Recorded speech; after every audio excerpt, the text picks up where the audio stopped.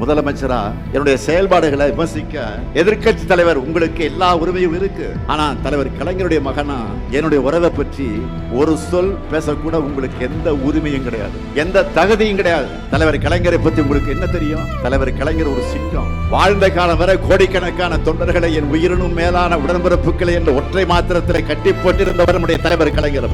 என் உயிரினும் மேலான அன்பு உடன்பிறப்புகளே. முதுமையால உடல்நலம் சரியில்லாம வீட்டுல ஓய்வு எடுத்தார். நினைவாற்றல இழந்த போது கூட மருத்துவர்கள் உங்களுக்கு யாரை பிடிக்குன்னு கேட்டா என்ன சொன்னா தெரியுமா? அண்ணா. அண்ணான்னு சொன்ன பேரறிஞர் அண்ணாவுடைய அன்பு தம்பி அவர்.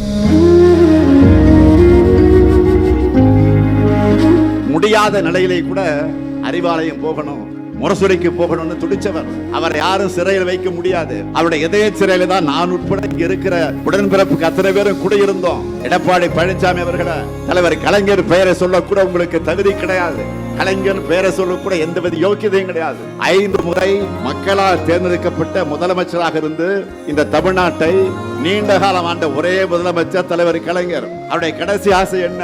அவருடைய தலைவர் பேரறிஞர் அண்ணா அவருக்கு அருகே அடக்கம் செய்யணும். அதுக்காக நானே, அப்பாக்காக இல்ல, தலைவருக்காக நானே உங்க வீட்டு படியேறி வந்து கையெடுத்து கூப்பிட்டு கேட்டேன்னு.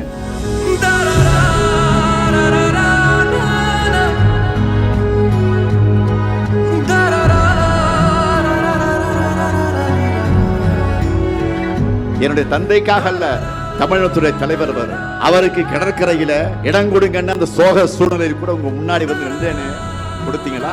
இணக்கம் இல்லாமல் மருத்துவர் தானே நீங்க. அப்படிப்பட்ட உங்களுக்கு எங்க தலைவரை பற்றி பேச எந்த யோக்கியதையும் கிடையாது.